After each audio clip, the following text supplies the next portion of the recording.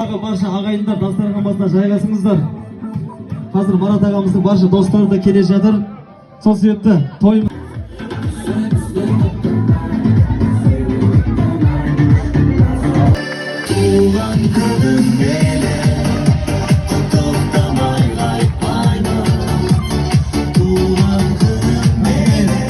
Ассалаумағалейкум ата. Құтты болсын, Құдай қаласа. Мінекей бүгінгі бриллиант тойыңыз құтты болсын. 70-тен кетіп қалдыңыз апа. Шапалақ, қошемет. Енді Марат ағаммен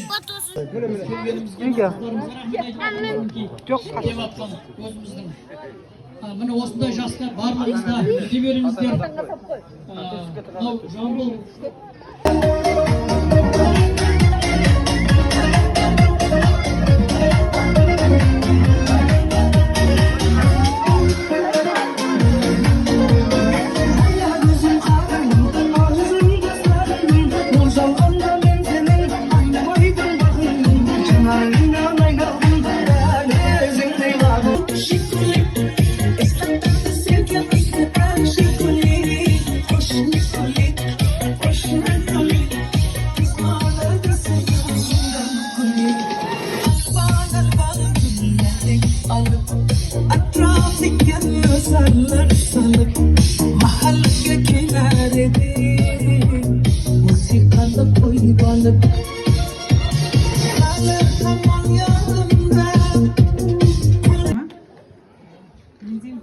Сәулем Мұрат, бүгінгі қуаныштарың құтты болсын, тойларың құтты болсын, денжерің сау болсын.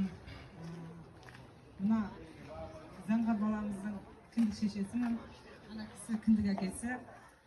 Кіндік баламыздың бүгін мұсылман болғаны құтты болсын, дені сау болсын, үлкен азамат болсын.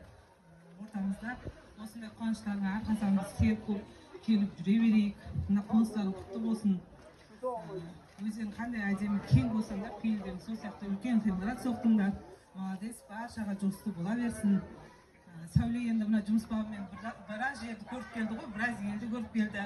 Сол сияқты мына кіндік баламызда қыста ұшса да, жазда ұшса да ырымдап, Маратты алып, кіндік баламызды алып шетел мешеттен ұшсын деп мен балам арымда чемодан алып келдім. Қыста ұшса да, жазда болса да ішінде жазды қыстық киімдерімен осыны сыйлауға.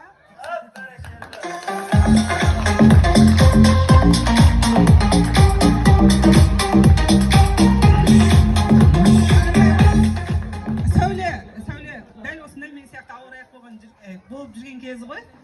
Ол кезде де бірге жұмыс жасаймыз, констагар сатамыз. 5 айында қыз еді, 7 айында қыз еді. Қой ұл туасың деймін. Содан қоймайым, осымен 9 айында ұл туып, Наргизден маған тілеулес болған едім. Сен кіндік шешесі болды, мен кіндік шеше еткен.